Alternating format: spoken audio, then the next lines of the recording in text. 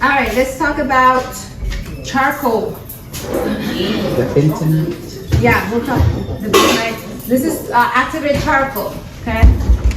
You can use, if you had to, use your own charcoal from home. If that's all you had, that's all you have. You use what you have, but bulk up on charcoal, okay? It's activated charcoal. You can get in a pack, in a bag. At the grocery store, you can get it on Amazon. Just put activated charcoal. 150 times more of its weight, okay? It pulls poison. So if you have, so say you had potato salad with raw onions and now you have food poisoning. You come to me, I'm gonna give you some charcoal. It's gonna bind those toxins right in, okay? Then I might give you some bentonite clay. It's gonna push it out. What is it called? This one, bentonite clay? Bentonite. Yeah. Yeah. So the charcoal, What is it? Bentonite. so you can use it internally. So, you know, as an emergency, if my child has eaten something and I don't know, I guess I'm gonna call the poisoning people, but I'm gonna be proactive. I'm not just gonna wait for somebody else to come save me, right? I would give her this, I would call the poisoning place to just make sure that I'm on track, you know, that I didn't, you know, if I need to do something else. But you can also use it topically. And this one is a fun one. All right, we're gonna make magic. No, we're not. It's just chemistry. Who's the chemistry teacher? There she is. There she is. No, it's maybe not chemistry. She just putting some mixtures together. Yeah. So I'm just gonna mix equal parts of activated charcoal. And it goes. Okay, that's a lot. Yeah. But equal parts, basically. And I honestly don't usually measure things. Because You just pour it in. Because what if I don't have measuring cups or something, you know? What is that? This is psyllium husk. Oh, okay. So you know about the psyllium. Yeah, that'll make you. So psyllium husk will help move bowels. It's going to help coat your intestinal tract. It has vitamins and minerals. Do you guys familiar with the wild plantain plant that's in the weeds? With the purple that springs up out the middle of it. Is it purple? It's the psyllium that you take Yeah. off and then you eat the other part for topical skin. The leaves. Well, the leaves is topical. topical, but there's a little shoot that comes. It's weeds. That's husk. That is where psyllium husk comes from. I just learned it the other day. It's so ironic you brought that up on Wednesday. A sister gave me a rundown. Yeah. I was itching. I was getting. She's Oh, like, yeah. a plant that you got in your yard. Yeah. Heal that. Yep. So now I'm gonna mix that up real good, and I'm going to add equal parts water. So I'm just gonna add some water right in there. Okay. I'm gonna seal it up. Make sure it's nice and sealed. You don't wanna spill this everywhere. All right. And then you're just gonna smooth it out. You're gonna shake it up, and you're gonna smooth it out. Okay? It's gonna turn into a gel. Oh. Yeah, because that psyllium. It's, yep. Gel, Use you can use psyllium husk for many different, it's gonna gelatinize. That's how you say that word. So you're gonna spread it around. And it's already turning into a gel. It's really cool. Just be careful that it's closed. You just let it sit for a little bit. There you go. Okay. There you go. So what you do with it, you put it in the refrigerator, okay? Or the freezer will last longer. You don't want to leave it out too long because it has water, okay? Water with something like psyllium husk, which is plants, is going to mold. Okay, I keep it in the freezer. Then you'll have it. So does anybody have a mosquito rash, anything having to do with skin, Like poison ivy. anything like that? Love Michael do. Okay, so I'll let you know when this is ready. Okay, it's not quite ready yet. Definitely. Yeah. All right, but do you see how it's turned into a gel? Yeah. All right, so it's gonna turn into more gel, so it's gonna be more solid. Okay, so we're just gonna let that sit there for a little bit. I keep it in the freezer because it's gonna last longer. If my child comes and got stung by a bee, this is what I did. I just cut. You just cut. Take scissors, just cut a little piece, okay?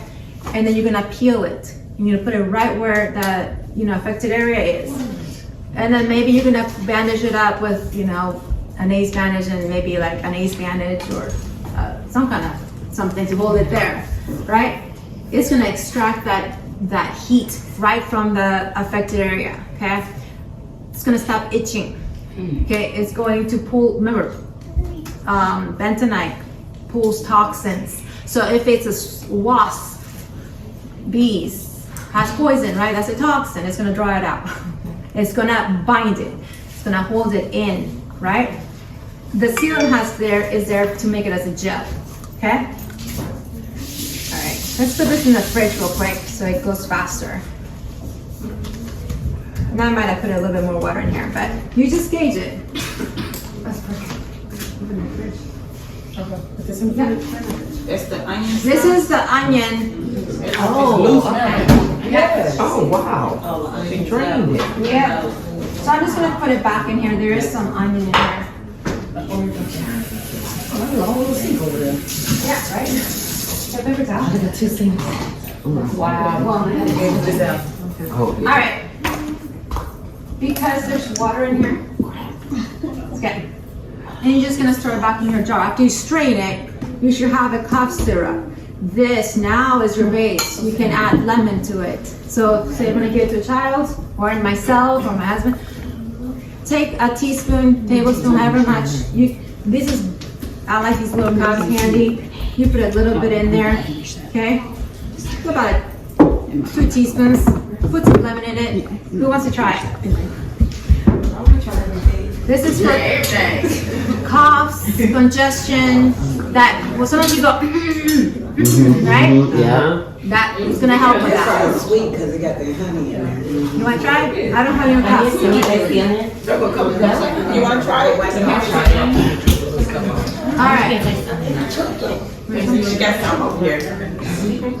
Yeah, and it's really good with the lemon or lime. It's really good with that. We're gonna combust, friends with this. May I ask you a question? Yeah. So if you put it in a cup of water for a child, Yeah. it just needs to be just like you gave her Yeah, that just a little bit, or just a teaspoon, They like it because it's sweet. Yeah. And then you, So it don't taste onion. No, it's not. It's gonna be sweet like honey. It's gonna be lemon in it. They don't know. It's like, oh, it's sweet. Okay. and then you put it in keep it in the refrigerator. Yes, which I don't know what my lid is. Is that it right by your hand? Yeah, and then you just keep this in your refrigerator, That is so cool. and it'll last in there I can taste for the up to 2 years. And, But it ain't overbearing. make sure you check it. Make sure there's no mold growing in it. Be responsible, but keep it in the refrigerator. But if you have this already made, when the issues come, you have it, right? All right. My mother used to do that. And now we're gonna talk about bentonite clay. Bentonite clay. Again, bentonite clay is going to be an absorber and adsorber. Okay, that means it holds and pulls. Okay, boom, boom, absorb, adsorb. Okay, bentonite clay is earth, basically. It's basically clay. It's earth. Okay, it helps with any kind of acid buildup in your stomach. Okay, it's full of calcium, minerals, so there's going to be a lot of minerals in here. I use it for a lot of acid reflux clients because it and then when you're having that issue, it's not because you have too much acid. Okay, what's happening is your esophagus, it has a flap on it. Right. When the sphincter is up because you ate too much sugar, too much starches, or your body, or too much rice, or you're too much bread, it's going to or you're too much stress. Anything that's going to deplete your stomach acid, basically, it's going to make that flap at the top of the esophagus stay open. The fumes are going to go up, and it's the fumes that cause the acid reflux. Then it's going to go to your throat, then it's going to cause sinuses to inflame, and people start getting surgeries because they think it's the sinuses. No, it's the esophagus. You need to close that flap, okay? In an instance where I'm trying to help the client feel better, this is gonna help kind of coat the intestines, coat the esophagus, kind of get the fumes down a little bit, and allow the flap to start closing.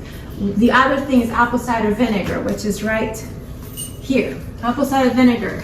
The issue is you don't have enough stomach acid to close the flap. That's what triggers it to close in the first place. So apple cider vinegar, prebiotic, feeds the good gut bacteria in your body. You can add some to your pain shot and then do that. It's very similar to what she had to do. She had to do something similar to this. Apple cider vinegar and then some bentonite clay until things started resolving, okay? And then she can back off, okay? And then she needs to stop doing the causes. Because like I say, it's like keep shooting yourself with a bullet, you're gonna still keep bleeding. So you gotta stop shooting yourself. Yeah.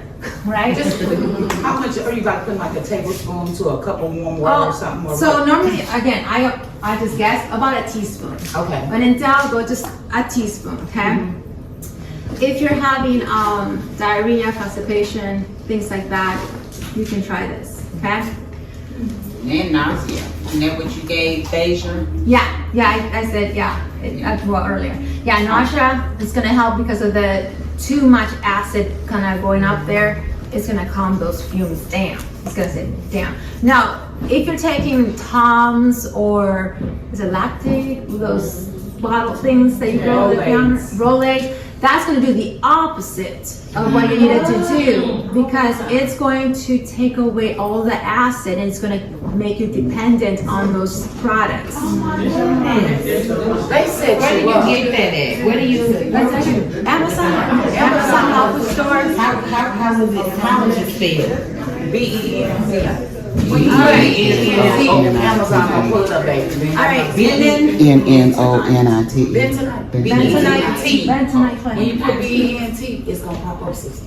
Now, neuropathy. Neuropathy is basically, well, edema and neuropathy usually go together. Swelling of the feet, tingling of the feet. Why? Too much sugar in your blood. End of story. Okay? And then you start getting blockages to your feet, the nerves damage. That's where you get the tingling, the nerve damage. We need to start moving the blood. Move the blood, you heal yourself. So we have this, what we call it hydrotherapy, hot and cold water hydrotherapy. And what we do with that, let me go back to my notes. Was I gonna talk about that today? I think I was, but all right, I don't remember where it's at. You need 2 of these, or yeah, you're gonna need 2 of these. You're gonna fill one up with hot water, hot enough that you can stand. You can measure with your elbow. You know how you do with baby. If it's you can stand it, you're good, right? And you're gonna need one for cold water, cold with ice in it. So now we're gonna act as a pump system. Cold, hot is gonna pump, right? Wow. Okay, let me see if I. All right, you're going to start with the hot for 3 minutes. So do 1 foot at a time, okay? Always focus 1 foot at a time. Hot water, 3 minutes. Cold water, 30 seconds to a minute, or how much you can stand it, okay? You're gonna repeat that 6 times. 3 minutes. Okay? That's now going to start pumping your blood and getting the extraction of the inflammation from your feet. And it's gonna start pumping things out, okay? It's gonna start allowing your body to drain that fluid that's in your feet, You right? said 3 times? 6 times. 6 times, I'm sorry. Yeah. But what is So, and it's good for pain as well. So feet pain. You could also do it for your hands. So if you have hands issues, same thing, hot, cold. And this is actually the therapy that my husband's using to heal his hand. He had an accident with his hand, got it stuck in the machine, and he right away he didn't overdose. He just like went to the grocery store and got a whole bunch of cayenne peppers, like because he knew that was for pain. So he's like, what do we do? Cayenne pepper, ginger, turmeric, and he's just taking. Before he went to, because I guess it was like 30 minutes to where he needed to be for the doctors. I don't know. Anyway.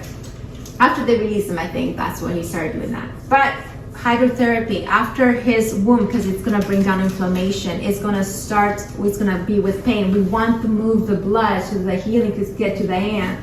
So he has to do it himself. I taught him how to do it with the guidance of Barbara O'Neill, which is an amazing health what do you say that word? Nutritionist. She's a nutritionist, but not really. Naturopathic doctor from Australia. Now she has been banned from Australia because she spoke, the truth. Right now she's in Italy. I think I talked to her yesterday. She says that she's in Italy. So I'm like, Ms. Odino, I'm going to be doing your class.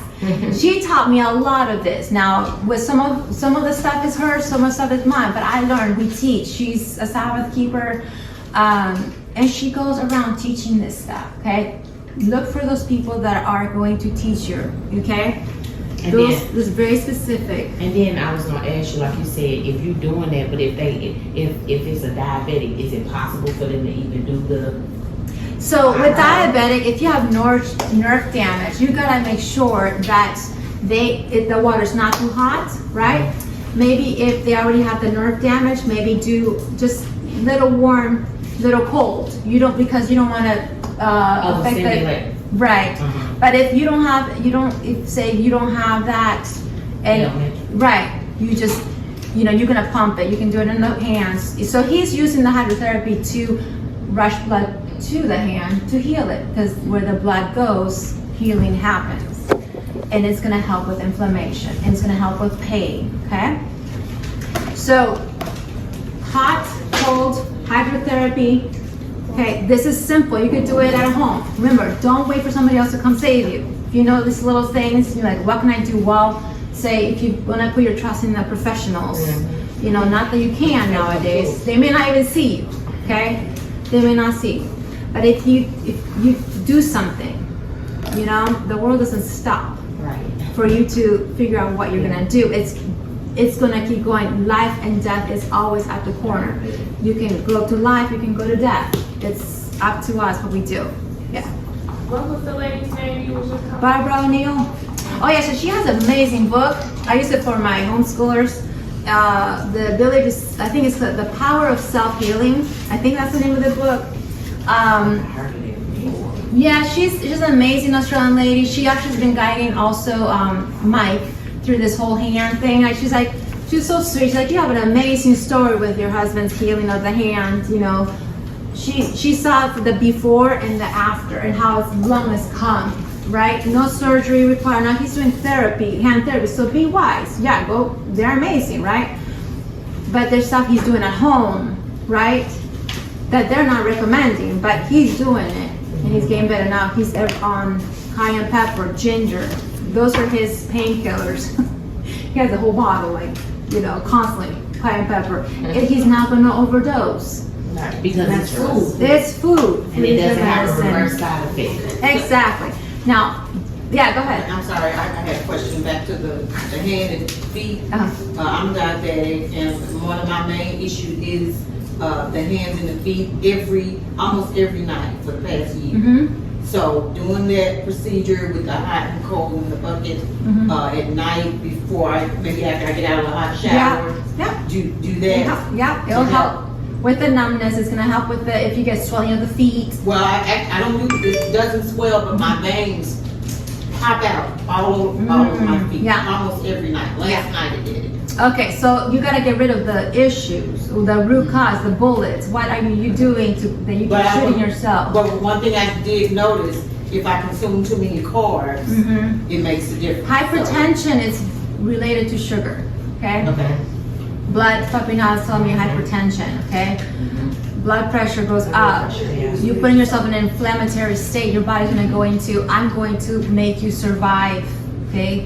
Inflammation is a mechanism in which your body is trying to keep you alive. So we gotta trust what the body needs to do. We don't try to get rid of things, we work with the body. Right? So first thing the body says, can you just stop doing that? Stop shooting me so I don't have to keep going to this, because eventually what my mechanism is going to override everything, and the last stage to survival is going to say this vessel can't go on. It's not going to support the purpose for living, which God gives us all gifts and anointings to do for His kingdom. And if the vessel is not cooperative and it's not well, it's going to go back. It's going to go back to the Father, right? But the body goes back to the dirt. Right. Okay, because what good is that going to do? So you got to stop shooting yourself. So basically, I need to watch what I consume throughout the day. So by nightfall, that issue won't Yeah. as bad as breast. Oh. That's exactly right. But that's all I have for you today. Oh, you were wonderful.